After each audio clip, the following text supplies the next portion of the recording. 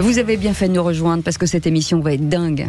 Celle de vendredi était incroyable, ah oui. Celle de jeudi dernier était folle, mais celle-là, elle va être dingue. Vous le savez pourquoi ? Parce que je vais vous le dire. Dans quelques instants avec Philippe, parce que Philippe Bilger est avec nous, oui. Bien entendu, et puis Tom Conan qui est avec nous aussi, oui, auteur de Pollution publié. Oui, mais oui, c'est ça. Et de Cherry on the Cake, Loïc Guérin est avec nous, avocat pénaliste. Et vous au 0826 300 300. Allez, bienvenue à tous. C'est les vraies voix jusqu'à 19h. Dans un instant, les 3 mots avec Félix Mathieu. Félix, on parle de quoi avec vous ? De 7 minutes de silence pour le professeur de lettres assassiné à Arras vendredi. 1 million de Palestiniens aussi massés qui espèrent fuir à la frontière avec l'Égypte. Ils espèrent fuir Gaza. Et puis une conférence sociale entre Elisabeth Borne et les syndicats pour parler notamment salaire. En 3 mots, ça donne hommage, frontières et conférence. Allez, tout de suite le réquisitoire du procureur. Les vraies voix Sud Radio, le réquisitoire du procureur, Philippe Bilger. Et monsieur le procureur, vous êtes contre l'équivalence Israël-Hamas sur les populations civiles.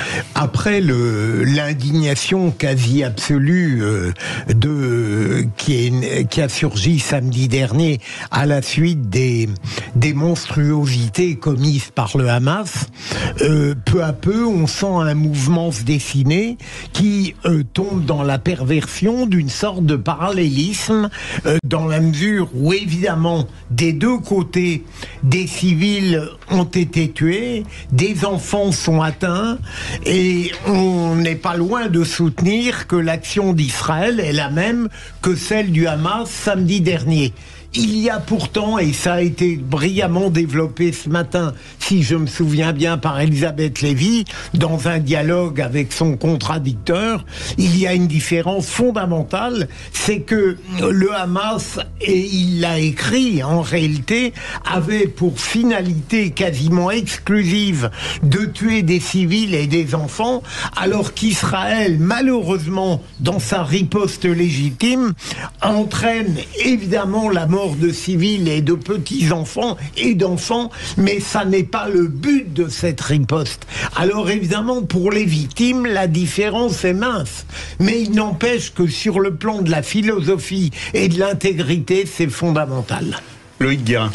Non, je suis tout à fait en accord avec ce qui vient d'être dit. C'est compliqué parce qu'évidemment chacun des deux camps tire argument des morts, des drames vécus par tous les civils des deux côtés de la frontière, et on a un peu l'impression d'une instrumentalisation XXL de tous les bords.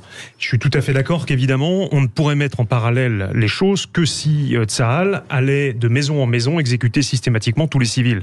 Là, effectivement, il y aura un parallélisme. Et décapiter des nourrissons, par exemple. Exactement. Donc, on a quand même un groupe terroriste d'un côté qui a, à l'évidence, fait une razzia pour tuer un maximum et qui savait exactement ce pourquoi il était là. Et de l'autre côté, une armée qui peut, effectivement, commettre des crimes de guerre ou dépasser les limites et qui devrait, dans l'absolu, en répondre.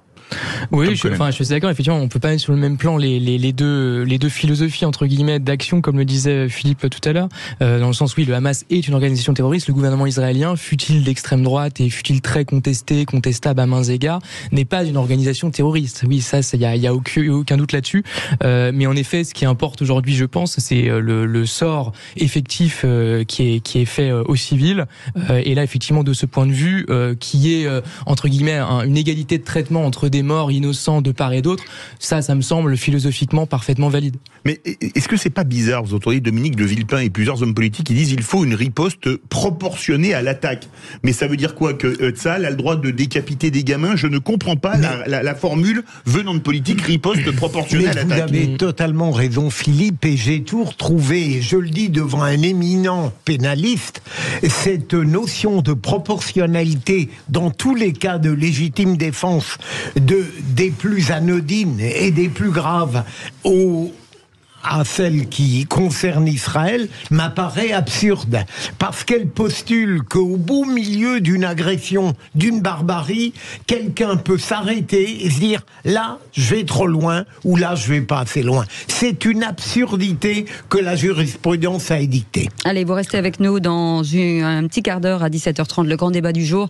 Le ministre de l'Intérieur Gérald Darmanin entend expulser 193 fichiers S étrangers malgré les sanctions de la Cour européenne des droits de l'homme. Avec cette question du jour, lutte contre le terrorisme, faut-il s'affranchir justement de la Cour européenne des droits de l'homme? Pour l'instant, vous dites oui à 88%, 0826 300 300, vous pouvez d'ores et déjà vous inscrire. Allez, tout de suite les 3 mots dans l'actu, et c'est Félix Mathieu. Les vraies voix Sud Radio. Bonsoir Félix. Bonsoir tout le monde. 3 mots dans l'actu qui sont hommage, frontières et conférences. 1 minute de silence en hommage à Dominique Bernard, professeur de lettres assassiné vendredi dernier. Commémoration 3 ans jour pour jour après l'assassinat de Samuel Paty. 1 million de Palestiniens se massent aux frontières de Gaza pour tenter de fuir l'enclave avant une possible offensive terrestre israélienne. Et puis le début de la conférence sociale pour parler salaire. Elisabeth Borne recevait tout à l'heure des syndicats qui espèrent davantage que de bonnes intentions. Les vraies voix Sud Radio. Jamais la République ne pliera face au terrorisme, déclare Elisabeth Borne depuis le collège de Samuel Paty. Il y a 3 ans, jour pour jour, était assassiné le professeur d'histoire géo à Conflans-Sainte-Honorine. Et comme en écho tragique aujourd'hui, à 14h, les élèves de tout le pays observaient une minute de silence pour Dominique Bernard, assassiné vendredi dernier à Arras. Le professeur de lettres assassiné vendredi. Parmi les élèves, Matisse, dans ce lycée Gambetta, il tenait à répondre présent ce matin. C'est important d'être solidaire. J'étais dans mon lycée au moment où les faits se sont passés et ça a fait très bizarre quand on nous a expliqué vraiment en détail et quand on a vu les vidéos surtout. On est là parce qu'on rend hommage à la personne mais aussi parce que ça a dû être un moment difficile aussi pour nos copains qui étaient dans le lycée et qui ont vu des choses en fait. Des propos recueillis par Clément Arion à Arras pour Sud Radio et comble de la cruauté parmi ces élèves du lycée endeuillé. Eh bien, beaucoup ont dû repartir avant même d'avoir pu déposer leurs fleurs, celles qu'ils avaient amenées. Établissement évacué ce matin à cause d'une alerte à la bombe. Inacceptable, a réagi le ministre de l'Éducation nationale, Gabriel Attal. C'est une alerte reçue par le commissariat. C'est la 168e alerte à la bombe qui a été adressée à nos établissements scolaires depuis la rentrée, depuis le 4 septembre. C'était absolument inadmissible et inacceptable. Ce sont des menaces qui visent à intimider, à faire peur. Et je veux être extrêmement clair et ferme sur ce sujet. Action, réaction. À chaque menace, à chaque alerte, il y a des signalements qui sont faits à la justice, il y a des enquêtes. Nous avons identifié un certain nombre des auteurs. Vendredi dernier encore, une personne a été condamnée. Notre main ne tremblera pas sur ce sujet. Le ministre de l'Éducation nationale, Gabriel Attal, au micro de l'agence France Presse. On a l'impression que c'est contagieux, ces alertes à la bombe. 168, et là, c'est le summum de l'indécence. Il va y avoir une multitude de malades qui vont jouir de ça, c'est très clair. Loïc Guérin, qu'est-ce qu'on risque pour une fausse alerte à la bombe ? Alors il faudra que je vérifie, mais c'est pas gratuit, c'est pas donné. Ça coûte assez cher. En plus, il y a probablement un préjudice qui peut venir derrière, c'est-à-dire qu'en plus de la sanction pénale qui parfois va pas être toujours très sévère parce que c'est une première fois, c'est un mineur parfois aussi. Mais est-ce que la situation du moment alourdit? Oui. C'est du cas par cas. Ce sera du cas par cas, mais évidemment qu'un magistrat voyant ça, dans le contexte particulier, c'est ce que je répète à chaque fois, chaque dossier est unique. Évidemment que ça tiendra... Moi j'aime bien le mot d'Attal quand il dit notre main ne tremblera pas, parce que je pense que c'est quand même l'attitude qu'il faut avoir. Autant je cautionne pas du tout la politique du gouvernement dans son ensemble, mais bon, certains ministres font quand même le job, il me semble. Et c'est vrai que le vrai problème quand même qui existe aujourd'hui, c'est qu'effectivement les gens ne seront plus tranquilles, que ce soit les élèves ou les profs dans les établissements, et donc ce sera plus le sanctuaire que ça doit être. Deuxième mot, Félix Mathieu, frontière à Gaza. 1 million de Palestiniens se sont massés aux frontières de l'Égypte. Ils espèrent parvenir à fuir l'enclave palestinienne bombardée, dépourvue d'eau et d'électricité. Parmi eux, Mohamed, qui retentait encore sa chance tout à l'heure dans sa voiture. Nous nous rendons au poste frontière tous les jours, dit-il. Nous contactons l'ambassade tous les jours. Ils nous disent d'aller au poste frontière. Nous attendons 5, 6, 7, 8 heures et nous repartons. Le voyage n'est pas sûr, il n'y a pas de trêve. Nous nous déplaçons au milieu du danger. Nous souhaitons que ce problème soit résolu, qu'on nous donne des informations claires pour que nous puissions voyager. Propos recueillis par Belal Al-Zabar de l'agence France Presse. La Ligue arabe exige l'arrêt des opérations militaires à Gaza, la mise en place aussi de couloirs humanitaires. Aucune trêve n'est à l'ordre du jour, affirme de son côté Israël après l'attaque sans précédent du 7 octobre. Troisième mot, conférence sociale. Elisabeth Borne recevait les syndicats aujourd'hui. Oui, des syndicats satisfaits de pouvoir enfin parler salaire. Pour autant, la secrétaire générale de la CGT, Sophie Binet, espère davantage que des mots. Nous attendons à ce que le gouvernement prenne ses responsabilités et prenne des mesures contraignantes. Si c'est encore une fois dire aux organisations patronales, oui, il faudrait négocier sur les salaires et augmenter les salaires, ça c'est bon, on n'a pas besoin d'un gouvernement pour faire ça. On a besoin d'un gouvernement pour légiférer et pour garantir le pouvoir d'achat des travailleuses et des travailleurs. Je dis aussi au patronat que, en plus d'être une catastrophe sociale, leur politique d'austérité salariale a aussi des conséquences économiques parce que ce sont aujourd'hui des secteurs entiers qui sont en difficulté à cause de la faiblesse des salaires. Par exemple, le secteur du bio est en train de couler parce que les salariés n'ont plus les moyens de bien manger et d'acheter du bio. Sophie Binet au micro, AFP d'Arnaud Richard et Nicolas de Roussy. Quelques heures plus tard, le ministre de l'économie, Bruno Le Maire, a mis en exergue 3 impasses. Selon lui, il cite l'indexation des salaires sur l'inflation qu'il faut éviter si on veut avoir un taux d'emploi toujours plus élevé. Un coup de pouce au SMIC, mauvaise idée aussi selon Bruno Le Maire. Ça pourrait menacer les emplois les plus fragiles et les moins qualifiés. Le ministre de l'économie rappelle aussi, je le cite, qu'en économie de marché, l'État ne fixe pas les salaires ni les prix. Merci beaucoup Félix Mathieu.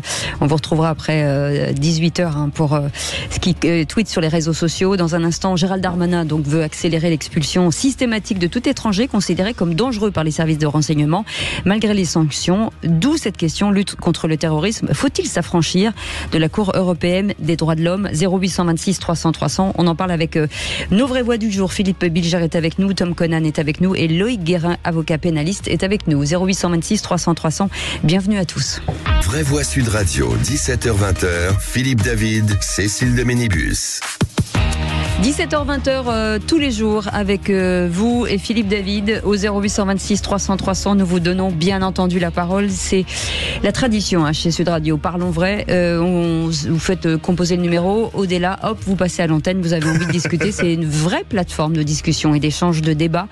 Avec Philippe Bilger, aujourd'hui président de l'Institut de la Parole, Tom Conan, auteur de Pollution, publié chez Albin Michel, et Loïc Guérin, avocat pénaliste. Il faut toujours avoir un pénaliste à côté de soi. On ne sait jamais.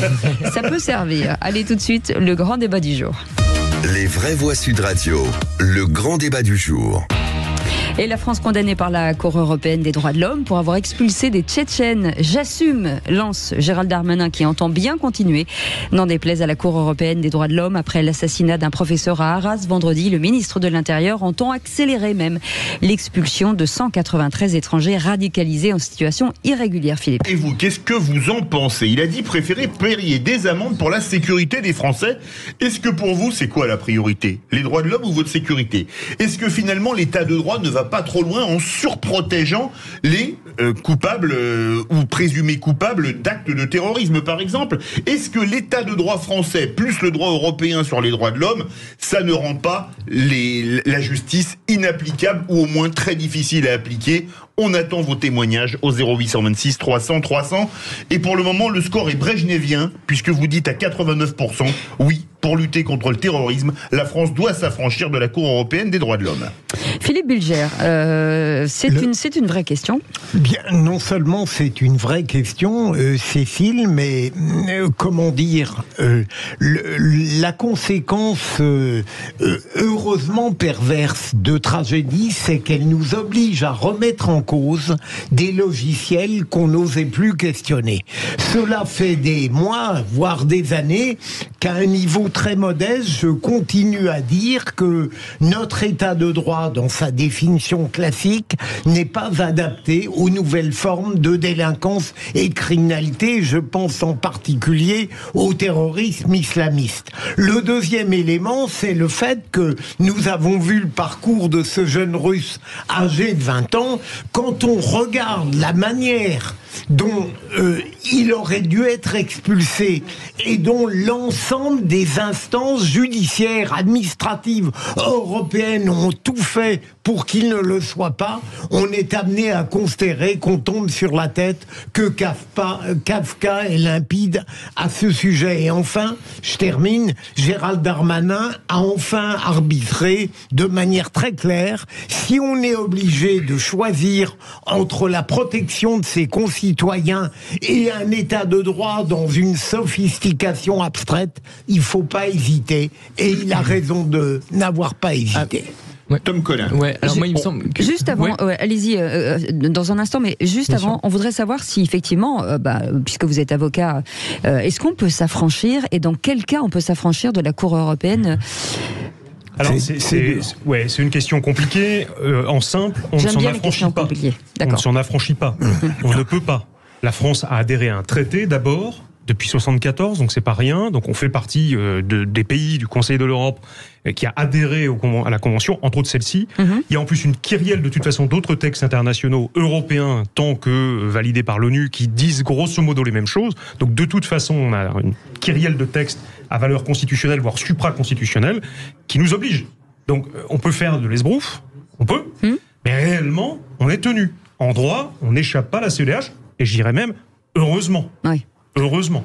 Donc des sanctions. Moi, ce que je veux dire, c'est effectivement le droit, pour rester dans une sorte de généralité, on pourrait dire le droit doit rester un instrument. Et c'est vrai que si c'est uniquement une substance un petit peu évanescente, qui n'est pas effectivement ancrée dans le réel et dans la résolution des problématiques de ce réel, ça pose souci, effectivement. Néanmoins, en effet, c'est quand même heureux qu'on soit dans un état de droit, parce que l'état de droit, c'est pas uniquement la Convention européenne des droits de l'homme, c'est un ensemble de normes, c'est une hiérarchie des normes, la Constitution au sommet, les traités, la loi, etc. On n'est pas dans une dictature, effectivement, où par exemple un simple décret peut être supérieur aux lois, comme c'est le cas dans plein d'autres pays, et donc vous pouvez effectivement vous affranchir comme ça des lois qui sont l'émanation de la volonté générale votée par le Parlement de manière démocratique. Donc en fait, voilà, il faut faire attention à la manière qu'on emploie pour résoudre ce type de problème. Néanmoins, si Darmanin ou n'importe quel autre responsable effectivement souhaite aller dans ce sens, à ce moment-là, modifions la loi ou renégocions les traités, mais vous etc. en pensez quoi, vous Mais on peut pas. Moi, ce que je pense, c'est qu'effectivement, on ne peut pas. Est-ce qu'il faut qu'on paye des sanctions ? Alors, payer les sanctions, effectivement, on n'aura pas le choix, mais je pense pas qu'il faille s'affranchir, que ce soit une bonne chose de s'affranchir du droit. Parce que ça veut dire qu'un responsable politique, au plus haut niveau, considère que finalement, certaines règles de droit peuvent être violées, alors qu'elles sont pourtant en application. Et effectivement, selon la Constitution, les traités en France sont supérieurs aux lois. Tous les traités, y compris les traités européens et les traités internationaux en général. Donc c'est problématique en fait comme méthode et comme manière de procéder. Le gain de réagir. Indépendamment de la grande théorie du droit, où d'abord en l'occurrence j'ai cru comprendre qu'en août, quand on avait été condamné, il n'y avait pas d'amende. Oui. Bon, elle est plus symbolique qu'autre chose, la condamnation par la CEDH. J'entends effectivement qu'il faut trouver des mesures, qu'il faut y répondre. Je suis pas en train de dire qu'il faut rester les bras croisés et dire c'est comme ça, on reste en l'état. Il faut y repenser, peut-être qu'il faut revisiter certains textes ou faciliter les expulsions. Mais j'aimerais juste attirer l'attention sur le côté pragmatique de l'affaire. Indépendamment du droit, vous avez deux difficultés. Un fichier S, c'est quoi ? C'est les services de police qui déterminent que vous appartenez à cela. Il n'y a pas de contradictoire, il n'y a pas de contestation, il n'y a pas de magistrat, il n'y a pas de magistrat du siège pour dire il a raison, il a tort, c'est exagéré, c'est pas exagéré. Vous n'avez pas voix à la parole, c'est un vrai souci. Vous donnez à des policiers le pouvoir de vous estampiller, expulsable à merci. Inadmissible dans un état de droit, ça va de soi. Deux, vous en avez quelques dizaines de milliers. Vous allez encore ralentir la justice. Mais vous en avez quelques dizaines. Non, parce qu'elle n'est pas passée la justice. Là, on parle de la police. Police-justice. Ouais. Nuance. Ouais. Darmanin, quand il parle, c'est la police, c'est pas la justice. Grande différence, même si malheureusement, on a tendance un peu à faire le raccourci. Ensuite, vous en avez plusieurs dizaines de milliers. On fait comment ? Et enfin, vous expulsez comment ? Ouais. Qui va le prendre ? Donc le Tchétchène, Fédération de Russie, grande démocratie devant l'éternel. C'est pas le moment. Vous le remettez comment ? Mais surtout, là, les Russes nous feront pas de cadeaux, ils les accepteront pas vu nos relations diplomatiques. Mais voilà. Mais Philippe Bilger va réagir. Là où Loïc, je ne me permettrai pas de discuter le propos pertinent sur le plan juridique, et Tom est dans la même veine. Mais même si je reconnais l'extrême difficulté de changer le logiciel, de quitter, on ne pourra pas la Cour européenne. Ce qui me paraît important, c'est la nouvelle logique qui se dessine. C'est-à-dire le fait de dire que si on constate que l'état de droit, dont la définition est exaspérante, parce qu'au fond, on dirait que l'état de droit n'est destiné qu'à favoriser les transgresseurs. Alors que j'avais la naïveté de penser qu'il pouvait être utile à la majorité des honnêtes gens et au système où l'efficacité imposerait qu'on expulse. Je ne sais pas si vous avez eu la curiosité de voir le parcours de ce jeune Russe, mais c'est hallucinant. Hallucinant. Et donc, je dis qu'un pouvoir politique, Gérald Darmanin va dans ce sens, doit avoir probablement le pouvoir d'imposer un volontarisme qui fait passer l'efficacité et la sauvegarde du pays avant la sophistication de règles européennes abstraites. Allez-y, Tom Conan. Juste pour dire, à ce moment-là, pour aller vraiment dans une logique effectivement qui soit conforme au droit, il faut à ce moment-là modifier la Constitution. Pourquoi pas ? Peut-être que là, il y aurait une union nationale, vu effectivement ce qui s'est passé récemment, Samuel Paty, évidemment la mort de Dominique Bénard. Voilà, peut-être qu'effectivement, il y aurait cette union nationale nécessaire, et à ce moment-là, ça permettrait d'avoir le fondement juridique, il me semble en tout cas, pour pouvoir revenir sur un certain nombre de règles, y compris de traités. Loïc Guérin, juste avant Pierre de Toulouse. En pratique, si on veut ramener les choses de manière très terre à terre, la saisine de la CEDH prend des années. Donc réellement, c'est pas demain. C'est-à-dire, quelle que soit l'action, et c'est d'ailleurs regrettable, mais le temps que vous alliez devant la CEDH, on peut dire 10-15 ans avant que ce soit jugé. Faut pas être pressé. Qu'on n'est pas trop devant la porte. Voilà. Allez, 0826 300 300, on part à Toulouse avec Pierre. Bonsoir Pierre. Bonsoir Pierre. Bonsoir. Et je crois qu'il ne faut pas confondre.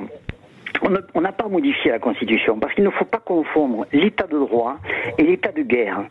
Lorsqu'on est en état de guerre, on peut s'affranchir du droit européen, tout simplement parce que l'erreur actuellement du pouvoir, c'est d'avoir donné la parole à M. Darmanin, alors qu'au fond, c'est au chef des armées, c'est-à-dire au président de la République, à s'exprimer et à prendre des décisions. Parce que, en effet, bien sûr qu'il y a ce droit européen, mais on voit qu'aujourd'hui, la situation est totalement bloquée.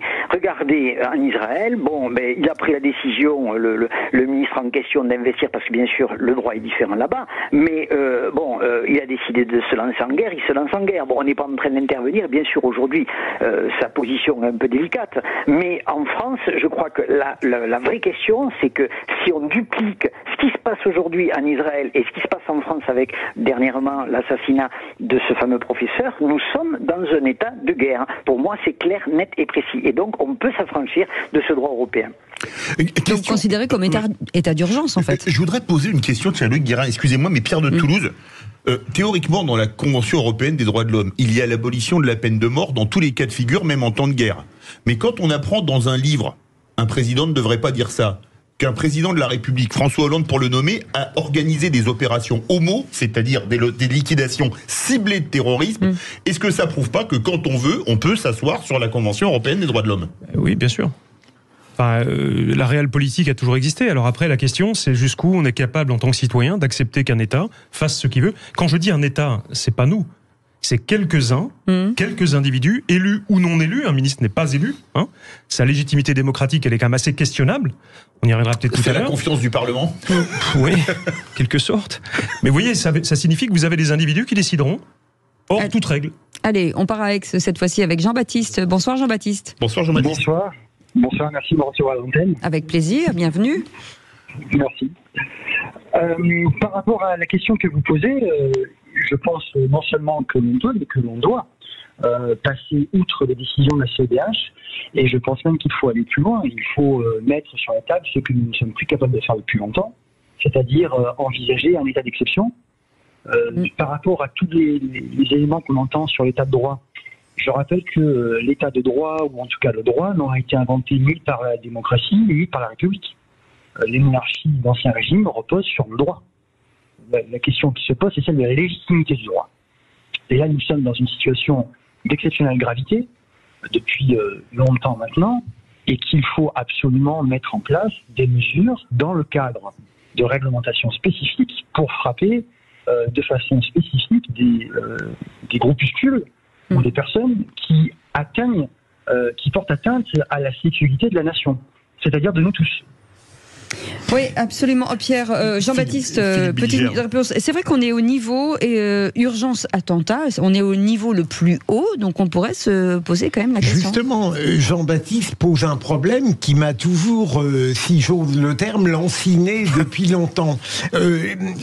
On a eu du terrorisme, malheureusement, et sans faire le mauvais augure, on en aura probablement encore. Et il me semblait que la démocratie était allée jusqu'au bout de ce qu'elle pouvait se permettre pour lutter contre le terrorisme. Apparemment, ça ne suffit pas.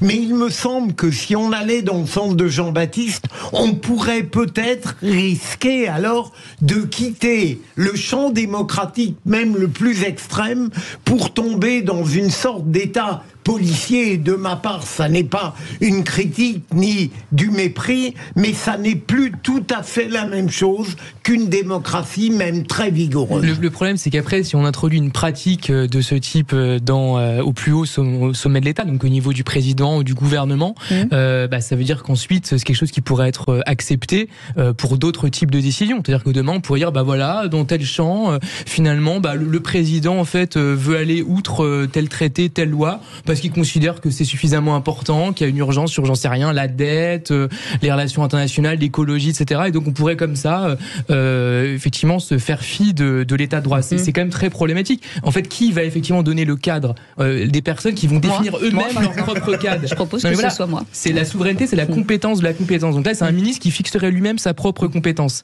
Un ministre n'est pas souverain, ça n'a aucun sens. Loïc Guérin. Alors, pour répondre en particulier à l'auditeur, pardon, il faut que je me mette bien droit dans le micro. Pardon, j'essaie de bouger ma chaise qui est un peu capricieuse ce soir. Fais exprès, attention, elle va tomber. Mais j'aime bien les chaises capricieuses, je suis un peu comme elle. Vous êtes sur un siège éjectable, méfiez-vous. Ça me fait moins peur. Mais en revanche, ce qui me fait peur, c'est les lois d'exception. Et est-ce que votre auditeur pointe du doigt, en réalité, existe déjà? Et je rejoins M. Bilger là-dessus, il a tout à fait raison. On est déjà aux limites de ce qu'une démocratie peut tolérer. Pour être franc, je n'aurais jamais imaginé que mon état de droit ressemblerait à ce qui ressemble aujourd'hui, il y a 10 ou 15 ans. Je ne l'aurais pas accepté d'ailleurs. Et je pense que la plupart d'entre nous non plus. Et il y a un état d'exception, par définition, il y a le mot exception dedans.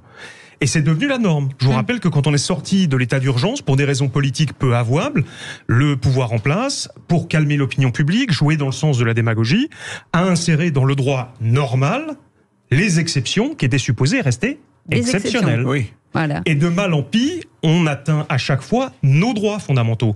Le coût payé, c'est nous, les citoyens, qui le payons. Il ne faut pas l'oublier. Quand un policier a plus de pouvoir pour vous écouter, intercepter les écoutes entre un avocat et son client, parce que ça va loin en France, et on peut le faire en partie dans certains cas, mettre des gardes à vue à rallonge, aller perquisitionner dans des conditions peu avouables, on est en train d'atteindre nos droits à nous. Il ne faut pas l'oublier. Et pour les récupérer, il vous en faudra un certain nombre d'énergie et de jours et de luttes. Il me regarde comme si c'était de ma faute. C'est parce que vous êtes commandant de police, il dit garde à vue, je pense à 0826 300. Chris est avec nous de Seine-et-Marne. Surtout que j'ai été menacé. Rebonsoir Chris. Rebonsoir. Énormément de choses ont été dites. Moi, je me place au niveau d'un citoyen qui vote et qui paye ses impôts. Moi, je pense que c'est... Comment dire? Alors, première chose, Monsieur Darmanin, régler des amendes, forcément, ça va être avec notre argent, donc forcément, ça va être facile.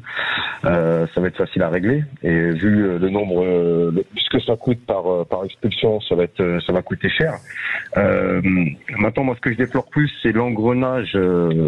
Voilà, moi, on est dans les vraies voies, donc bref. Oui, parlons vrai. Moi, je suis plutôt souverainiste, patriote et pour le Frexit. Donc voilà, on est voué à l'impuissance et à avoir l'espoir à des effets d'annonce qui n'aboutiront à rien.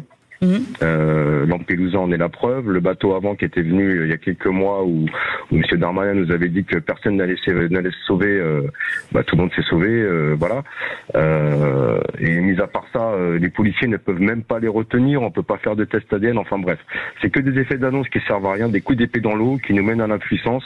Et qui, au niveau du droit, comme disaient certains de nos intervenants, au niveau du droit et de l'état de droit, qui nous mettent, nous, dans des situations où, à un moment donné, ça fait peur, parce que s'il n'y a pas de réponse politique, s'il n'y a pas de Frexit, s'il n'y a rien, et si on dépend d'une pseudo-souveraineté avec des gens non élus qui prennent des décisions et qui gèrent tout et qui nous laissent la main sur rien,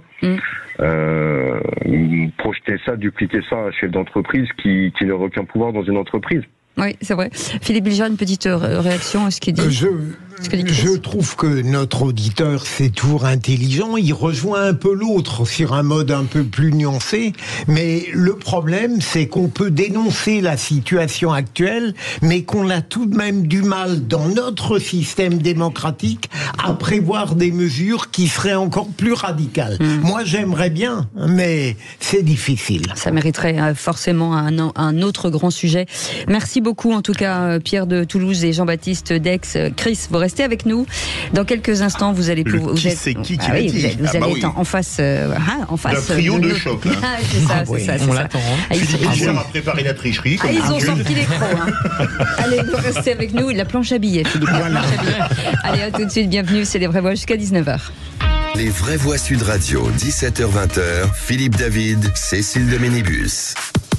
On vous souhaite la bienvenue. On est ravis de vous retrouver tous les jours de 17h à 19h. Et aujourd'hui, sur la feuille de match, Philippe Bilger est avec nous, président de l'Institut de la Parole. Tom Conan, auteur de Pollution, publié chez Albin Michel.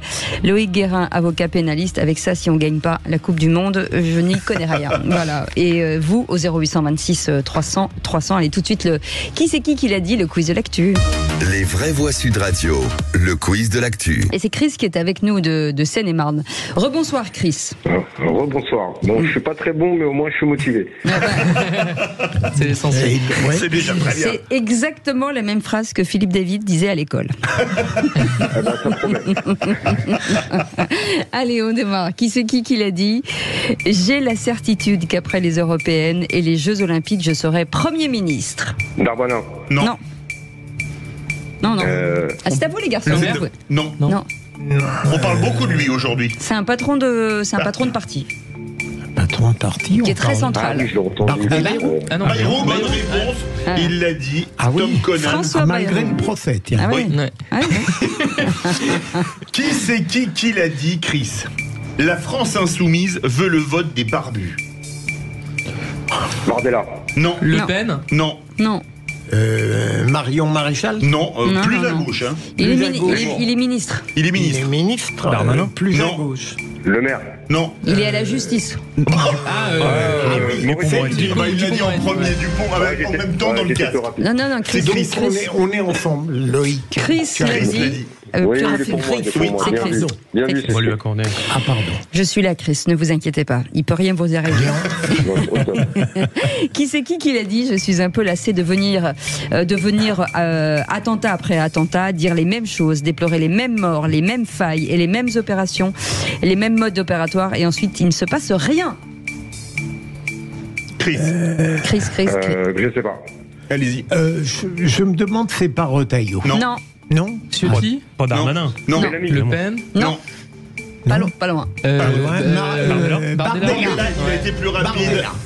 Il a été plus rapide. On a été Loïc. ensemble. Non, vous êtes en retard. Arrêtez. Ouais. Si c'est qui l'a Loïc dit? Guérin, oui. Je ne peux pas m'asseoir à la même table que ceux qui m'ont traité de nazi. Mélenchon. Non. Non.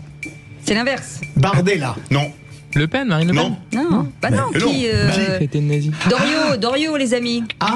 Roussel. Bonne réponse de Philippe Merci, Bilger. ma chère Cécile. Pour une fois, vous quittez la cause de Loïc. Et bien entendu, ça n'est pas moi qui traite Fabien Roussel de Dorio, soyons clairs. Non. Qui c'est qui l'a dit? On a importé le Hamas à Arras. Je sais pas. Chris.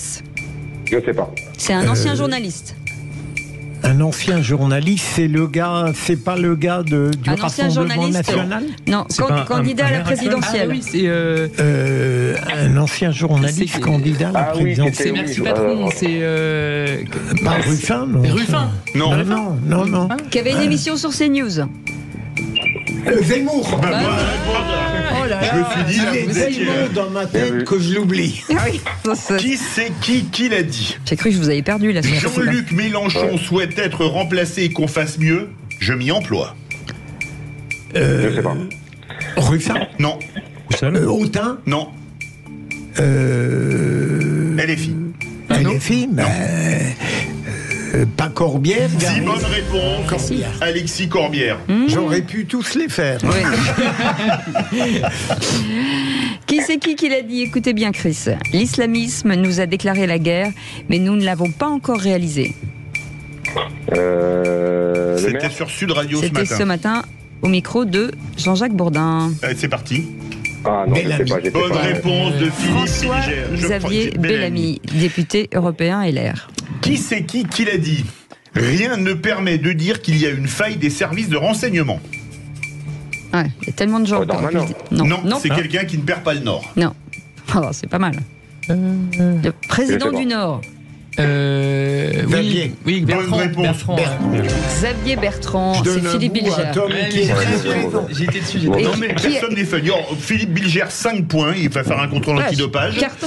Chris 1 point, Loïc 1 point et Tom 1 point. Eh ben quoi, Chris, bravo quand même. Oui, bravo. Allez, Allez, vous restez avec nous dans quelques instants. Une petite pause, le journal. On parlera bien entendu rugby à partir de 18h30 et puis le top click de Félix Mathieu. Et n'hésitez pas à vous inscrire d'ores et déjà. Dites-nous ce que vous pensez de cet arbitrage. Si vous voulez en parler, c'est à 18h30. Le coup de projecteur des vraies voix. On vous attend 0826 300 300 ou plutôt Aude vous attend. À tout de suite. Victime une fois de plus de ces bombardements injustes qui n'épargnent ni femmes ni enfants, écrit Karim Benzema. L'historien Jean Garrigue, par exemple, lui reproche en réponse une indignation sélective. Pour les Juifs massacrés par le Hamas le 7 octobre, Benzema n'a pas eu un mot, rien, pas un mot, renchérit Géraldine Vossner. Du point, parmi les réactions, celle carrément insultante, même pour le coup, d'un international israélien, David Awad, qui lui répond en plusieurs langues, je cite, « Tu es un gros fils de... » Je vous laisse compléter avec le très gros mot utilisé par cet autre footballeur, gros mot utilisé donc par ce footballeur israélien pour répondre à Karim Benzema.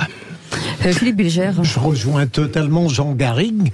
Il a tout à fait le droit, et je le comprends, de déplorer ce qui va se passer pour les malheureux Gazaouis qui sont instrumentalisés par le Hamas, mais il aurait pu au moins dire quelque chose devant la barbarie dont Israël a été victime.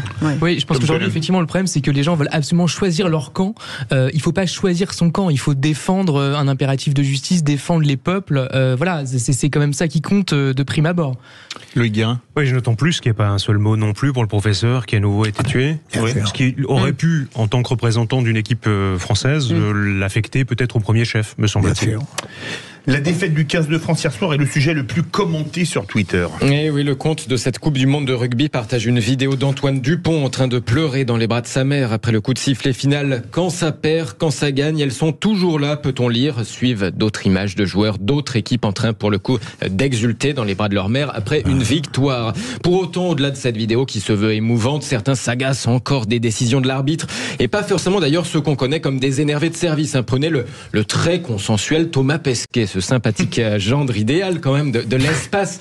Eh bien voilà la réaction excédée de l'astronaute après le match. Le rugby est un sport qui d'habitude se joue à 15 contre 15, écrit-il. Autrement dit, eh bien les Sud-Africains ont joué à 16 avec l'arbitre de leur côté. Et vous n'avez encore rien vu. Fallait pas le chercher hier soir, Thomas Pesquet, face à des internautes belges qui le chambrent, qui le traitent de mauvais perdant. Eh bien, l'astronaute monte dans les tours en réponse. Non, mais en plus de se faire voler, il faut se taper les mecs frustrés qui connaissent pas les règles. Ça va bien, là. En vrai, j'adore la Belgique. Vraiment, sincèrement. J'ai même honte des mecs qui ont insulté en 2018. Mais les types sur Twitter qui attendent depuis 2018 la première défaite française pour troller par pure aigreur, là, par contre, j'ai du mal. Voilà, très énervé, je vous le disais, Thomas Pesquet. Il n'est pas le seul d'ailleurs à penser ça. Le chef des sports du Figaro, David Herrera, tweet Coupe du Monde, les 7 décisions arbitrales qui prêtent à polémique après l'élimination du 15 de France. Et puis on en parlera bien entendu à 18h30 avec cette question. L'arbitrage nous a-t-elle volé la Coupe du Monde? Vous dites oui à 61%.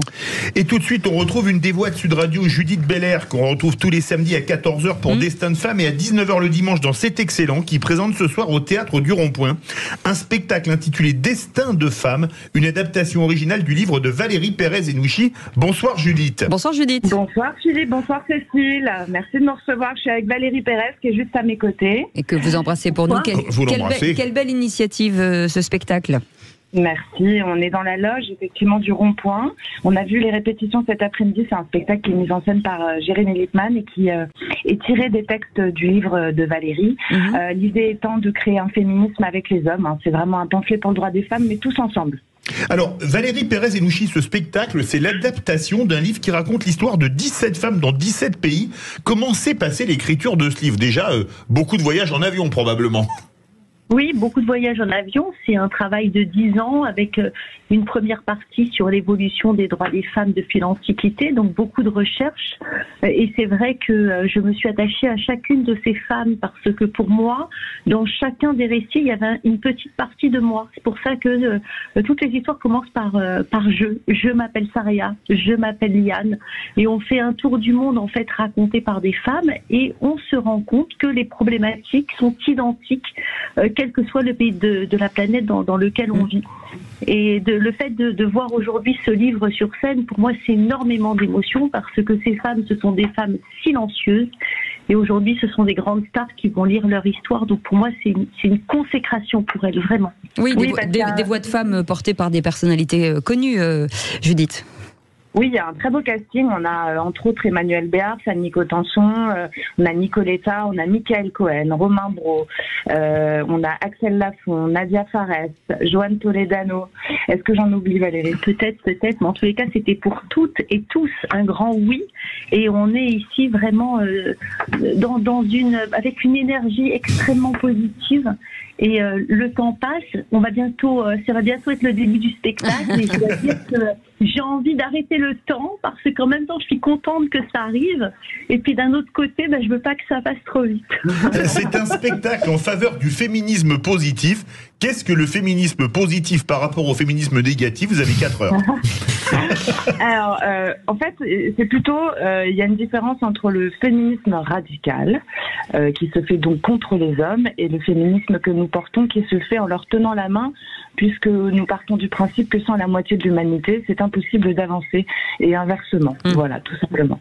Bon, en tout cas, on vous dit un grand M, j'ai envie de vous dire. Ça va très bien se passer et j'espère que... Merci, mais on le vous dit quand même. Parole d'homme, on ira. Et parole d'homme, on ira, a dit Philippe Bilger. Merci en tout cas, ça se passe ce soir au Théâtre du Rond-Point. Merci beaucoup pour cette belle initiative. Vous restez avec nous dans quelques instants, la suite.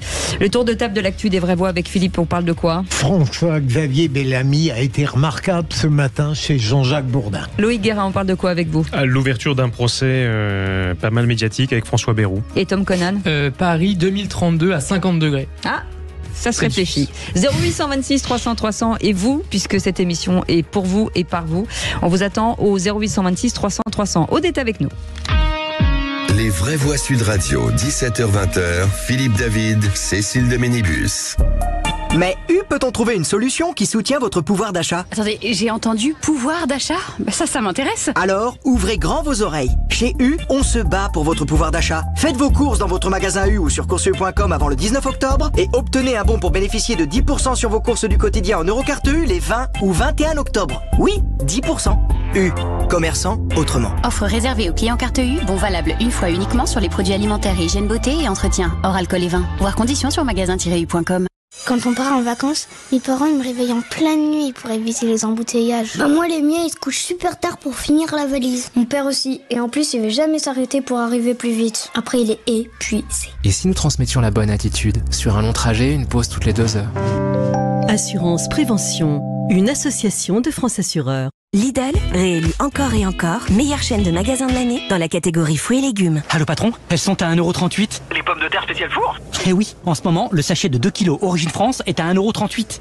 Ils sont encore et toujours moins chers que nous. Eh oui, et ça nous fait du 69 centimes le kilo et un four pour nous. Et un four pour nous. Lidl, trop fort sur les prix et c'est vous qui le dites. Étude Kantar Prométhée, avril 2023. Catégorie 1, calibre 40-60, diverses variétés selon arrivage en supermarché, traitement antigerminatif après récolte. Plus d'informations sur Lidl.fr. Sud Radio Saint-Laurent-du-Var. 97.9. Sud Radio. Grâce à Hello Work, plus de 4000 personnes trouvent un emploi chaque jour et partout en France. Rendez-vous sur hellowork.com ou téléchargez l'appli Hello Work. Hello Work, notre job, vous aider à choisir le vôtre. Quand Solène a pris l'option cyberprotection pour sécuriser ses données pro sur son ordinateur, elle a tout de suite été super soulagée. Et son associé aussi? Bah oui, une protection contre les pirates, c'est le top. Surtout si on ne veut pas voir ses projets tomber à l'eau. Vous ne comptez pas vos heures, mais vous pouvez compter sur nous grâce à l'option cyberprotection. Orange. Offre soumise à conditions, disponible en France métropolitaine, réservée aux clients Orange Internet Pro haut débit. Conditions et détails sur orangepro.fr ou au 3901, service gratuit, appel au prix d'une communication normale selon offre détenue. Votre peau est sèche ou rugueuse? Découvrez l'émollient Urea Repair Plus à 10% d'urée. La solution hydratation du corps des laboratoires dermatologiques Eucérine. Grâce à sa formule unique, avec une haute concentration en urée, il hydrate et apaise les sensations de tiraillement. Résultat, 92% d'hydratation en plus. Émollient Urea Repair Plus 10% d'urée, disponible en pharmacie et parapharmacie. Seulement par Eucérine. Mesure instrumentale, pourcentage d'amélioration après 2 semaines d'application régulière, 43 participants. Leclerc, bonjour. Bonjour, je vous appelle de ma cuisine pour un test en direct de votre poêle anti-adhésif Tefal. Ok, très bien, allons-y. Alors je retourne mon omelette d'un mouvement bien souple du poignet, et hop. Alors ? Ah, alors pas de soucis, ça glisse bien dans la poêle, mais par contre ça colle encore au plafond. À seulement 9,90 € la poêle Tefal Ultra de 24 cm, du 17 au 28 octobre, ça colle aussi pour votre budget. Tout ce qui compte pour vous existe à prix Leclerc. Modalité magasin et drive participants sur www.e.leclerc. Les vraies voix Sud Radio, 17h-20h, Philippe David, Cécile de Ménibus. Et pour nous accompagner aujourd'hui, Philippe Bilger est avec nous, président de l'Institut de la Parole, Tom Conan, auteur de Pollution publié chez Albin Michel, Loïc Guérin, avocat pénaliste, et vous au 0826 300 300 et aux alentours de 18h30, on reviendra sur le 15 de France qui s'est incliné en quart de finale, 28-29, vous connaissez le score, mais face à l'Afrique du Sud, avec seulement un point d'écart, on vous pose cette question, est-ce que l'arbitrage ne nous a pas volé cette Coupe du Monde? Pour l'instant, vous dites oui à 61%, vous attend au standard. Tout de suite, le tour de l'actu des vraies voix. Encore ces stupides actualités. Ça dépend de la masse d'informations. Quand il a rien à dire, il dit rien. Il n'a pas été élevé chez les porcs, excusez-nous. Le tour de table. De l'actualité. Et l'avantage de Philippe Bilger, c'est qu'il a toujours quelque chose à dire. Oui, notamment, c'est un coup de cœur pour l'interview de François-Xavier Bellamy ce matin sur Sud Radio. Ce n'est pas parce que j'ai le bonheur de travailler à Sud Radio que je n'ai pas le droit de dire du bien de la matinale de Sud Radio, qui est, à mon avis, ce qu'on fait de meilleur, clairement.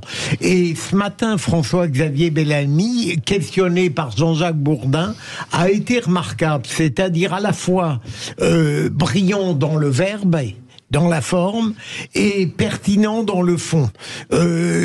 Par exemple, il a été sarcastique à l'égard de LFI et de Mathilde Panot, dont il a dit qu'en réalité, leur stigmatisation d'une prétendue islamophobie mettait une cible dans le dos de beaucoup de professionnels français, notamment de professeurs. Il a mis en cause la naïveté d'Emmanuel Macron, qui découvre tout à coup qu'on peut utiliser les portables en prison. Il a mis en cause également ceux qui mettent sur le même plan Israël et le Hamas. Je pourrais continuer. Donc, si j'avais un mot à dire chez les Républicains, puisqu'on va décider de la tête de liste pour les européennes, il est évident qu'il n'y a pas photo entre François-Xavier Bellamy et l'homme d'une grande expérience qu'est Barnier et le petit qui allait, si j'ose dire, chez Ruquier à une certaine époque, l'avocat. Et Charles Consigny. Voilà, exactement. Au fond, François-Xavier Bellamy aura affronté tout de même un double écueil, faire oublier qu'il a déjà été tête de liste aux européennes, et deuxième élément, trouver un espace autonome et convaincant pour les Républicains, aux côtés de deux personnalités talentueuses, Bardella et Marion Maréchal. Qu'est-ce que vous en pensez? In love with Bellamy, comme Philippe Bilger? Alors, moi, je dois reconnaître que politiquement, je suis un peu plus sceptique, mais j'essaie de pas être trop cynique, mais j'y arrive pas. En général, quelle que soit la couleur politique, j'avoue que j'ai à peu près la même déception à chaque fois, elle est égale. Voilà. Mais ça n'engage que moi. Plan, Loïc les mesures prises sont souvent pas à la hauteur des attentes. Quand elles sont prises, elles sont souvent court-termistes. Il y a, je le regrette pas, alors c'est peut-être un lieu commun, mais il y a peu de courage politique dans l'ensemble. C'est-à-dire quand il y a des mesures très difficiles à faire passer, on les voit pas nécessairement faites. Alors même si ce sont des erreurs éventuellement, mais au moins oser faire quelque chose. Et il y a une forme de conformisme mou qu'on trouve dans le pays et que je regrette. Tom? Ouais, enfin, effectivement, dans le sens où moi je pense qu'aujourd'hui, vu les enjeux auxquels on est confronté dans les différents domaines, je sais pas, en sécurité, sur l'écologie, sur l'économie, etc. Donc je pense qu'il faut quelques propositions, mais vraiment uniquement quelques-unes, et qu'il faut vraiment défendre bec et ongle, travailler, creuser, brainstormer aussi, comme on dit, avec des anglicismes barbares, voilà, et les pousser ensuite au plus haut niveau européen, français, etc. En fait, je pense qu'on se perd dans une grande complexification. Alors, mais j'ai rien contre Bellamy, j'ai rien pour spécialement, c'est pas ma sensibilité, mais pour autant, il pourrait parfaitement incarner dans son camp des idées intéressantes, j'imagine. Mais voilà, encore une fois, c'est cette tendance à la bureaucratisation et à la complexification. Encore une fois, les hommes politiques ne sont pas des professionnels du droit. En tout cas, c'est pas censé être leur vocation, justement. C'est pas non plus uniquement des bureaucrates. Ce qu'ils deviennent aussi quand même beaucoup désormais, c'est d'abord des personnes qui incarnent une vision de la nation, une vision même au-delà de la politique, de l'État, du peuple français, de ce que vous voulez. Voilà. Et ça, ce n'est pas défendu. C'est pas la stratégie, même rhétorique, qui est utilisée par la plupart des hommes politiques. Et justement, Tom Conan, vous vouliez revenir sur un événement qui a été organisé par la mairie de Paris, en grandeur nature, pour des températures allant jusqu'à 50 degrés. Voilà, alors ça a été organisé à Paris, mais évidemment ça peut concerner plein de villes de France, évidemment pas seulement Paris. J'ai trouvé ça très intéressant. C'était vendredi dernier, organisé dans le 13e arrondissement, donc c'était un exercice, c'était une simulation, pour effectivement envisager ce qui pourrait advenir d'ici 2032, c'est-à-dire dans 10 ans même pas. Donc c'est vraiment demain. Et donc effectivement, qu'est-ce qui se passerait concrètement, notamment l'été, évidemment les températures qui montent à cette époque-là. Et donc il y avait toute une équipe de pompiers, de personnel soignants, etc. Enfin de toutes les personnes qui peuvent être mobilisées le cas échéant. Donc qu'est-ce qui se passe? Il y aurait des coupures de courant, une climatisation qui saute dans certains bâtiments, l'asphalte qui fond, les rails des trains qui se déforment, donc du coup le déplacement métro, RER, etc. qui devient compliqué, et donc l'obligation de déplacer certaines personnes entre guillemets dans des abris, de les déplacer dans un EHPAD climatisé ou sous le tunnel d'une ancienne voie ferrée. Voilà. Donc en fait ça c'est concrètement, pour le cas de Paris en tout cas, ce qui serait nécessaire à mettre en place en cas de température extrême. Oui. C'est apocalyptique et en même temps c'est assez réaliste. C'est-à-dire que c'est en l'état des infrastructures qui sont en notre possession, si j'ose dire. Donc évidemment, il n'y aurait pas forcément 50 degrés de manière continue, heureusement. Oui. Néanmoins, il est envisagé par exemple que le 25 juin, donc 2032, donc évidemment tout ça est basé sur des données empiriques, donc c'est une possibilité tout à fait réaliste. La capitale serait sous 38 à 42 degrés avec des pics donc à 50 degrés. Donc je vous laisse imaginer la situation du pays et des Français. Et on a oublié le coup de soleil de Philippe David. Voilà, ce serait peut-être pas la pire des choses à gérer, mais effectivement, ouais. Loïc Guérin, ça vous fait peur? Ouais. Bon, j'ai connu 50 degrés aux États-Unis. Bon, on survit, mais. Ouais. Après, c'est bien peut-être de l'anticiper, en tout cas, de voir comment ça peut fonctionner. Bien sûr. Alors, je sais qu'il n'est pas politiquement correct de surtout mettre en cause toutes les prédictions apocalyptiques qu'on nous annonce. J'ai tendance à être un peu têtu et je me dis autant qu'il faut prendre des mesures et tout ce qui est pris en faveur de la dépollution de la planète est évidemment positif. J'ai juste une réticence, c'est quand on m'annonce des cataclysmes à tire-larigot, je deviens sceptique. Dans quelques instants, la suite du tour de table de l'actu des Vraies Voix. On parle de quoi avec vous, Loïc Guérin? Alors, le procès qui va s'ouvrir, enfin quelques instants en tout cas, sur le procès qui va s'ouvrir de François Bayrou. Et on va revenir à 18h30 sur l'arbitrage qui n'a, selon certaines personnes, pas été à la hauteur, en tout cas ce que dit Antoine Dupont, dans le cadre de cette défaite en quart de finale, France face à l'Afrique du Sud. 0826 300 300, vous voulez donner votre avis, vous avez regardé le match, vous êtes saisi d'un côté comme de l'autre, on vous attend au standard. À tout de suite. Et avec vous, bien entendu, pour débattre avec vous, pour vous écouter, pour vous nourrir aussi de leurs idées. Philippe Bilger est avec nous, président de l'Institut de la Parole, Tom Conan, auteur de Pollution publié chez Albin Michel, et Loïc Guérin, avocat pénaliste. On vous attend bien entendu au standard. Et Loïc, on faisait le tour forcément de l'actu de nos Vraies Voix, et vous voulez revenir sur ce procès de François Bayrou. Alors, comme toujours, je ne me prononce pas sur un dossier dont je n'ai pas la charge, et évidemment, je rappelle quand même que personne n'est coupable d'avoir été condamné définitivement par la justice, donc qu'on ne se méprenne pas sur mes propos. Simplement, ce qui m'intéressait dans le procès, indépendamment du contenu, finalement, c'est du financement de partis politiques avec des fonds publics européens qui auraient, selon l'accusation, été détournés au profit de salariés du parti qui travaillaient exclusivement, en réalité, pour le parti, en termes simples. Mais par-delà le dossier lui-même, qui n'en est qu'un parmi d'autres, puisqu'on en a un sur LFI, sur le Rassemblement National, qui arrive bientôt, il y a un parallélisme qui m'a un peu frappé, c'est qu'il était ministre de la Justice. Démissionnaire forcé au moment où l'affaire a éclaté, et aujourd'hui on a toujours un ministre de la Justice qui lui a été mis en examen, et j'ai trouvé, là aussi, sans du tout prendre de position pour ou contre, mais j'ai trouvé que le parallélisme était intéressant. On a l'impression que autre temps, autre mœurs. C'était ça qui m'a fait. C'est vrai que c'est une grosse question. Et le procès dont vous parlez, Loïc, et bien sûr il a commencé aujourd'hui, va intéresser Fabien Roussel et Marine Le Pen, qui sont très curieux de voir la manière dont l'ensemble va être appréhendé, même si le préjudice imputé au Rassemblement National est infiniment plus important que celui de François Bayrou, qui espère que son futur politique ne sera pas obéré, parce qu'il a encore des des ambitions à 72 ans. Visiblement. Mais ce que je trouve quand même dommage dans ce genre d'affaires, quels que soient d'ailleurs les partis, parce que les partis sont quand même l'émanation également des opinions politiques, donc c'est quand même très important dans une démocratie.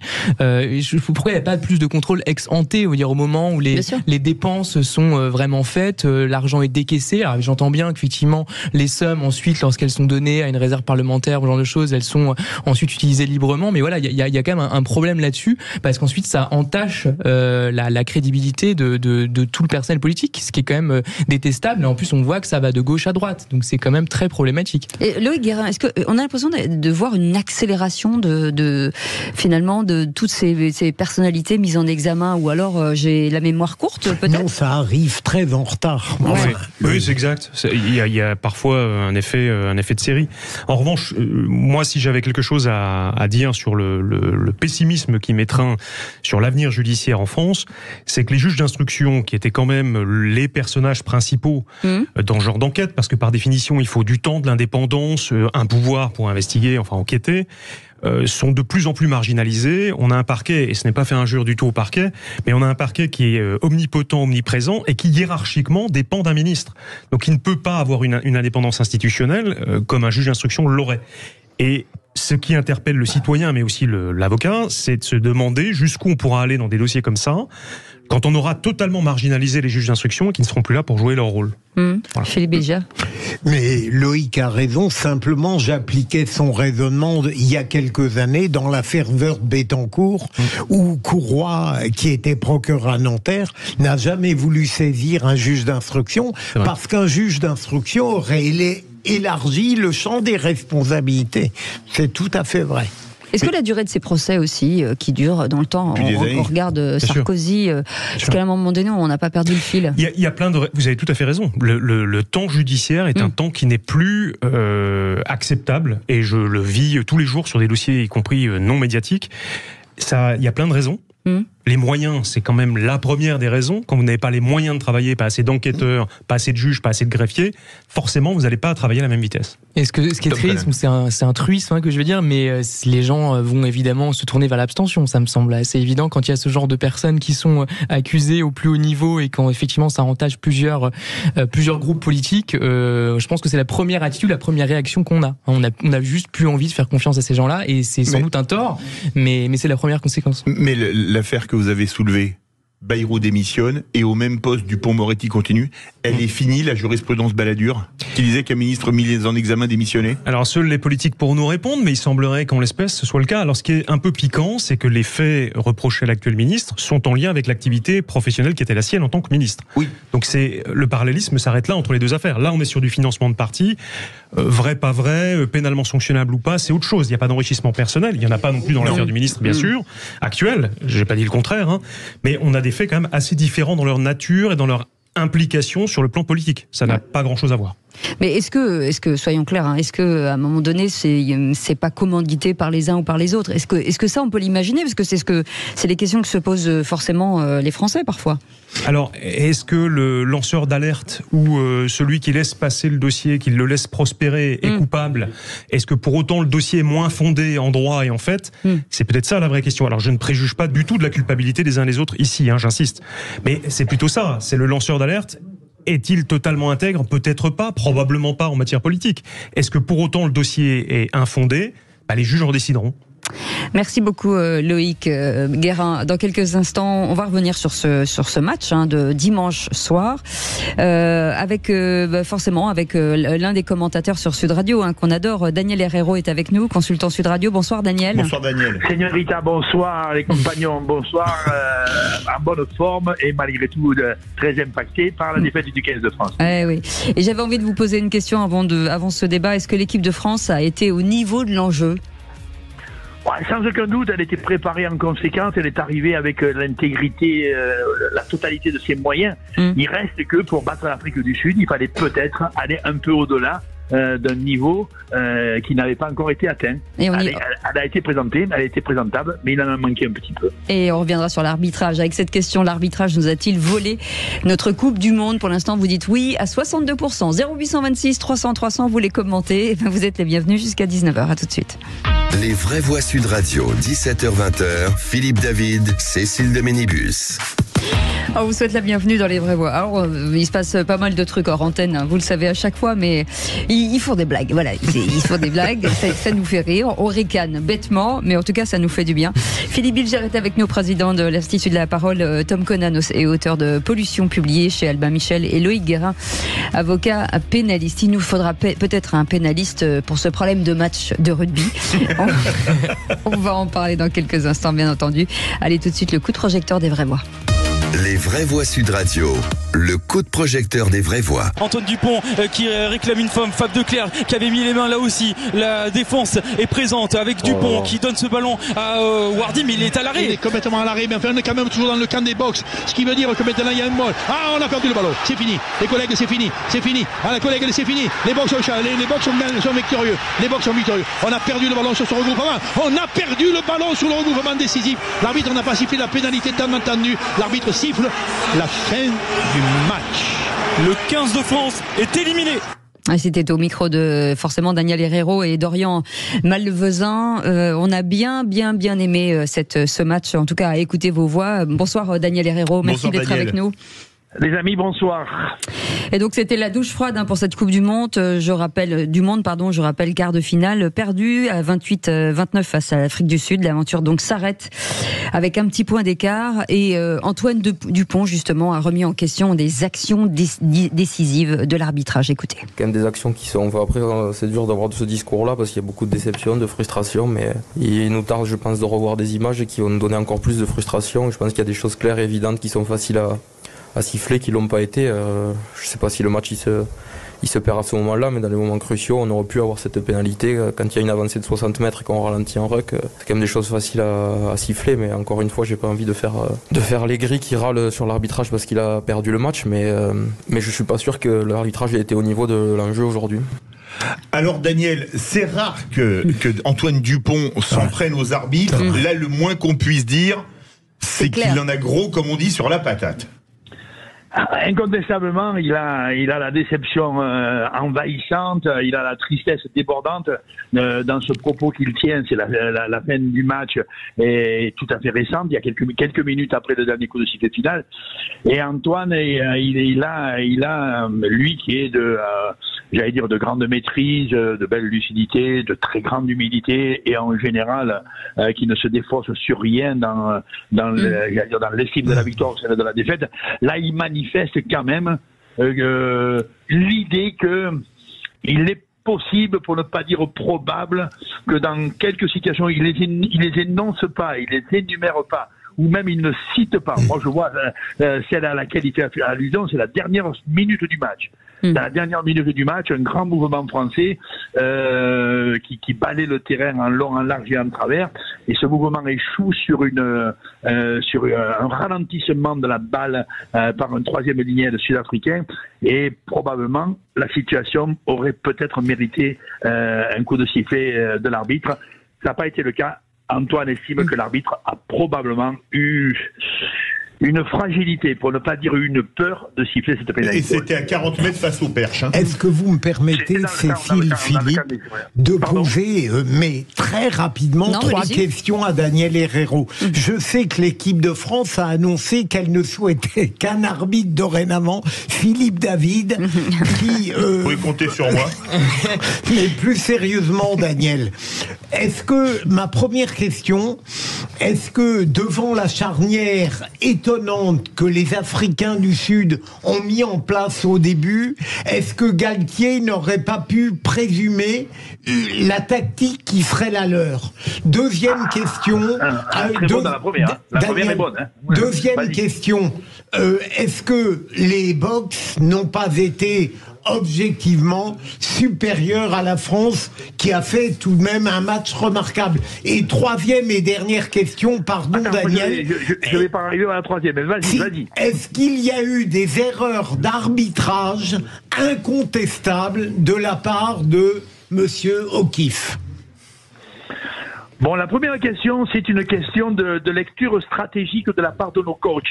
Sans aucun doute que les Sud-Africains avaient la formation d'équipe qu'ils ont alignée en tout début de match, laissé prévoir un type de jeu assez inhabituel dans leur culture et dans leur tradition, avec une paire de demi très offensive, moins bonne au jeu au pied, au tir au but ou à la gestion stratégique du match, mais par contre très orientée vers l'attaque. Est-ce que les Français auraient pas dû en tenir compte? Je crois que oui. Ouais. Il semble que nous n'y ayons pas pris cette dimension, l'équipe des Springboks très offensive en début de match, que nous n'ayons pas pris radicalement j'allais dire le tempo que cela aurait pu imposer de la part du 15 de France. Bien que quand même, avec une équipe très volumineuse, dans les intentions de jeu, le 15 de France fait un début de match malgré tout remarquable dans la puissance et dans le combat d'avant. Daniel, en cela, on n'a pas été déficitaire. On a marqué quand même 2 très beaux essais par les avants dans le début de match, ce qui atteste qu'on avait quand même tenu compte d'une équipe de Springboks un peu plus volumineuse en attaque. Avant d'aller au 0826 300 300, ça réagit énormément. Moi, j'ai envie de pousser un coup de gueule parce qu'à chaque fois, les arbitrages sont à géométrie variable.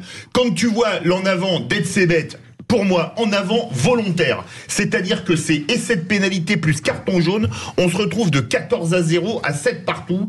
Moi, je pense une chose, franchement, si c'est un Français qui fait cette action, il prend carton jaune et il y a essai de pénalité. Rappelle-toi la finale 2011 où Monsieur Joubert arbitre strictement à géométrie variable. Mako se fait para à coups de genou et à coups de poing. Il est même pas sanctionné et je parle même pas de Monsieur Bevan en 95 que j'ai encore en travers de la gorge. Est-ce que les anglo-saxons s'arbitrent pas bien entre eux? Et quand on peut enfler les Français, on se gêne pas, embrassons-nous Folleville. Et j'en ai ras le pompon, je te l'avoue. Bon, on sent quand même une incontestable irritation. On la sent un petit peu. On dirait une espèce de vomissement de colère, quoi. Tu vois, contre l'arbitre de hier qui peut-être aurait pu une fois ou deux siffler différemment les choses. Bon, alors, Philippe, je me permets de dire que honnêtement, je ne crois pas qu'il y ait eu une allure délibérément injuste de la part de l'arbitre. Vraiment, alors vraiment, je ne le crois pas. Il y a ces 2 ou 3 situations qui auraient pu mériter une meilleure analyse. Il y en a 2. Celle que tu cites, en l'occurrence, Ben Etzebet qui coupe un mouvement français avec un geste qui semblerait être une interception volontaire. Et en l'occurrence, si le ballon était parti vers l'avant, ça méritait ce que vient de dire Philippe dans une irritation terrible, tu vois, qui aurait mérité à la fois carton jaune et sans aucun doute peut-être même un essai de pénalité. De fait, non. Si on le regarde bien et millimètre par millimètre, Ben Etzebet il bloque la balle, c'est-à-dire il amortit la balle et en chutant il oriente vers son camp à lui, c'est-à-dire dans la zone arrière. Et honnêtement, il n'y a pas d'en avant. Et à partir du moment où il n'y a pas d'en avant, ça ne se pose plus la question de savoir s'il y a faute ou non. Ça, c'est le premier truc. Le deuxième truc, plus discutable, mais alors celui-là, on en parle relativement peu, mais il est quand même décisif, c'est, vous le savez, une chose unique s'est passée hier. Ah oui, c'est la transformation. C'est la transformation. Oui, l'essai est en coin, marqué par Peato Movaca, il est marqué par Cyril Bay. Il est totalement en coin. Thomas Ramos va prendre sa course d'élan pour taper la transformation. Cheslin Colby, l'ailier sud-africain, monte ce qu'il a le droit de faire pour essayer de contrer la balle. Il contre Ramos, le ballon ne décolle pas.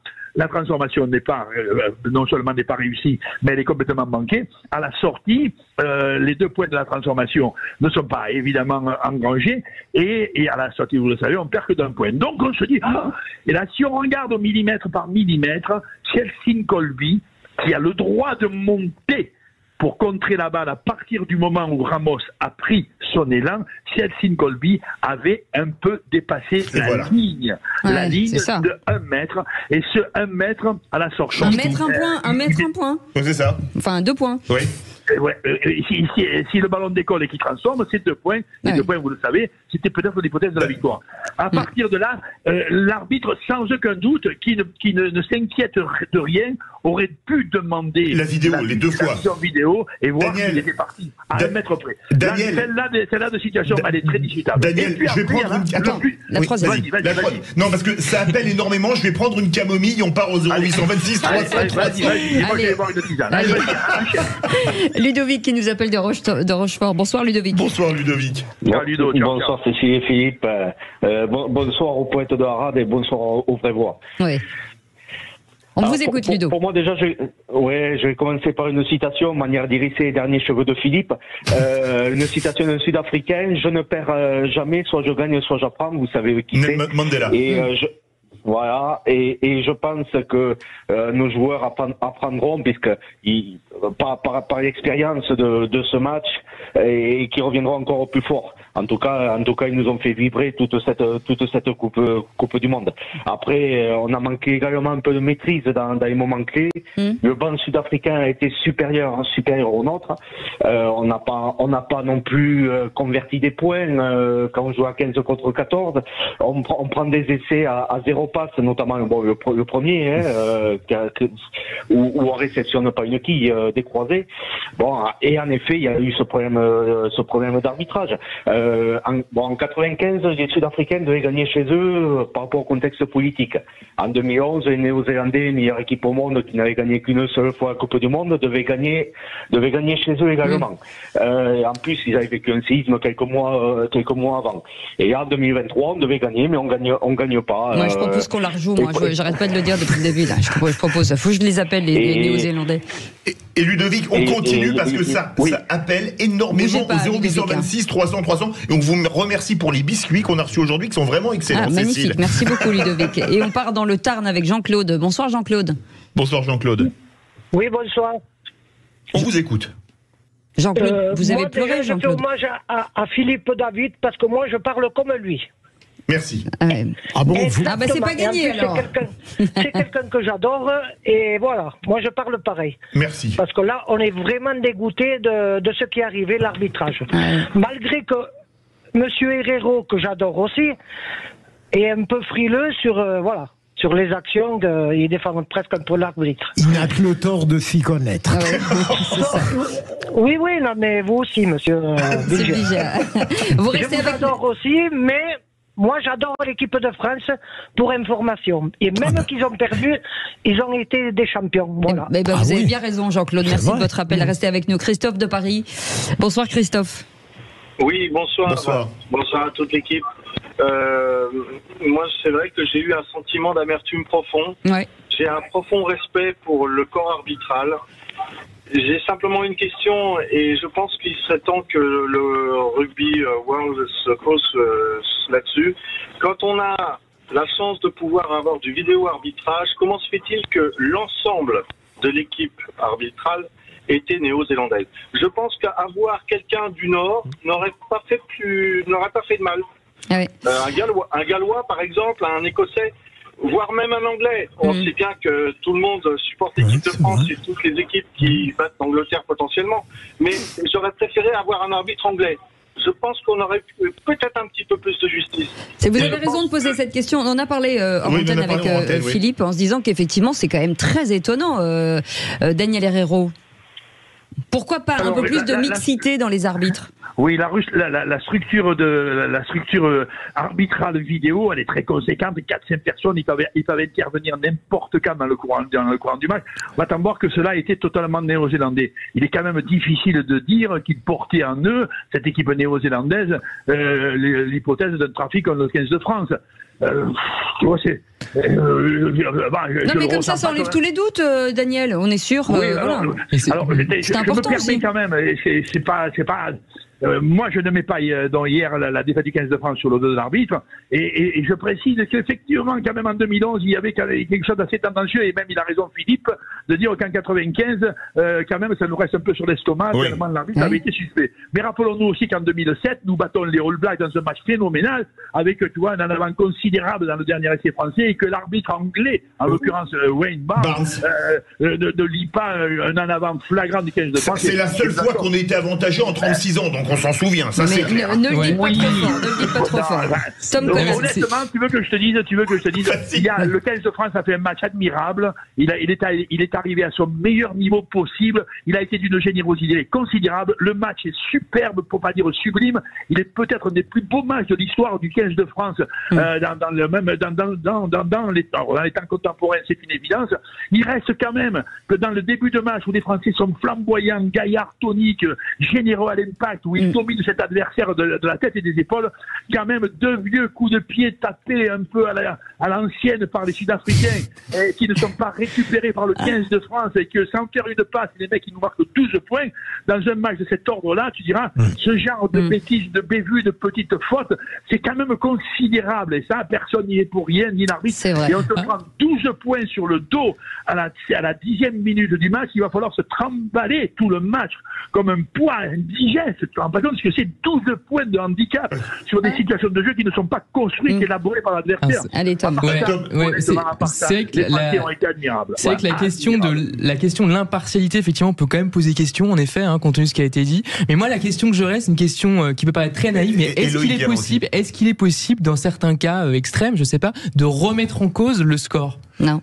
Compte tenu justement des vidéos de fautes éventuelles, voire d'une impartialité soupçonnée. Est-ce que c'est possible? C'est déjà arrivé? On n'a jamais rejoint un match pour une affaire d'arbitrage, Daniel. Ah non, mais alors absolument jamais. Non.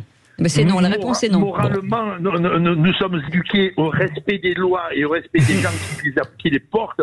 Honnêtement, il est difficile, on comprend la douleur d'Antoine, mais il est difficile dans la culture. Hier, vous avez entendu le propos de Fabien Galtier, notre coach, notre entraîneur. Ouais, hyper positif. Mais qui lui, il dit non, je ne peux pas rentrer dans ce débat-là, je ne vais pas. Alors, on peut comprendre qu'il y a une vieille douleur, elle est culturelle, elle est ancestrale, sur le fait quand même que dans ces genres de matchs, une petite bévue contre nous, tu vois, peut se retourner enfin, une bévue d'arbitrage, je dirais, et coûter une victoire. Mais hier, honnêtement, jamais dans l'histoire du rugby, c'est-à-dire un sport où les lois sont respectées d'obligation, jamais un match n'a été rejoué. Faudrait-il, et encore que, je pense, mais faudrait-il qu'on aille au civil, quoi, qu'on sorte de la juridique. C'est Loïc Guérin qui va gérer ça au pénal. Pour aller, je pense qu'on a la stratégie là. Au pénal civil, quoi, tu vois, histoire de bien asseoir le truc. Merci beaucoup. Merci Daniel. Daniel Herrero, et j'en profite pour vous dire, cher Daniel, et en tout cas toutes les équipes de Sud Radio, puisque Sud Radio c'est quand même la radio du rugby, on est quand même incontournable sur ce sport, vous dire à quel point vous avez été dingue. On vous a écouté tous à la radio dimanche soir et on a adoré, donc c'est une manière aussi de rendre hommage à nos équipes formidables qui sont des vrais passionnés et des vrais journalistes. C'est vrai, bravo. Merci beaucoup Philippe Bilger, merci beaucoup Tom Conan, merci beaucoup Loïc Guérin. Vous restez avec nous dans quelques instants. Les vraies voix citoyennes, on va revenir sur ce lien entre l'école et l'entreprise, un vrai défi en France, et puis on reviendra aussi sur cette semaine des pensions de famille. On va parler logement collectif et inclusif avec Aurélie Gros et Stéphane Pellet dans un instant. C'est le G500, à tout de suite.